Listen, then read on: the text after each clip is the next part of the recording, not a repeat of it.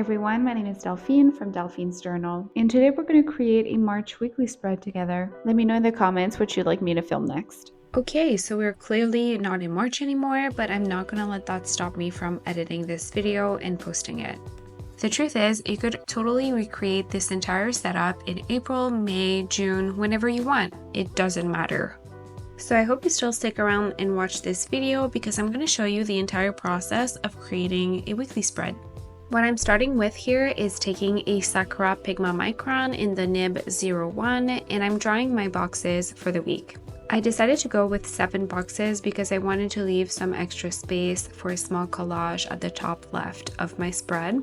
The dimensions of my boxes this week were 6 centimeters per 7.5 centimeters. Up next, I decided to be a bit extra and take my Sakura Pigma Micron in the shade Light Cool Gray and the nib 01 to draw some grids and lines inside my boxes to add some extra details.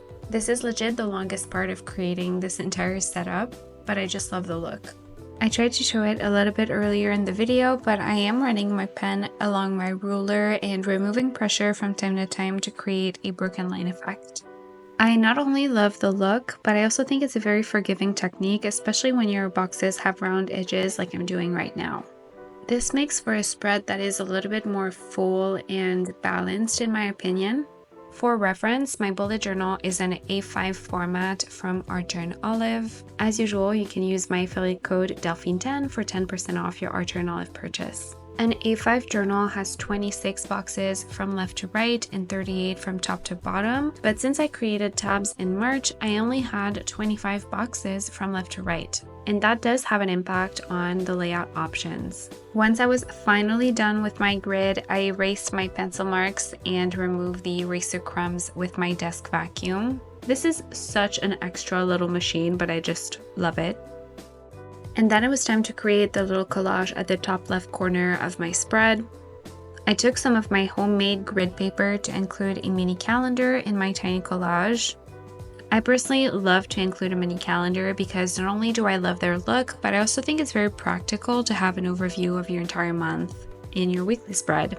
To decorate my collage corner, I have to say that 99% of my supplies come from the Archer and Olive Kid Club. Full disclosure, this was gifted, but if you don't know about the Archer and Olive Kid Club, it's a $25 monthly subscription where you basically have all of the stationery items necessary to create a coherent monthly theme. And I can honestly say that after using it for the entire month of March, I still have some supplies left. So if you're feeling uninspired or if you'd like to create collages in your bullet journal without the fuss of having to find different supplies, the Kit Club might be for you. When creating your collage, feel free to explore different options to find the layout you like. As you can see, I played with different sticker sizes, different placements of washi tape or paper to figure out what I wanted for that specific week. Looking back at the footage of this video, I just love seeing everything come together, and you could totally replicate that entire setup for a different month. To fill out my mini calendar, I used once again my Sakura Pigma Micron, but this time in the nib 003. Since this spread was heavier at the top left corner, I wanted to balance it out by adding a sticker or two at the bottom right. Not gonna lie, the hardest thing about a collage is knowing when to stop adding stuff, but the final touch was to add these tiny plants with numbers in them for the days of the week, and I just think they're so cute.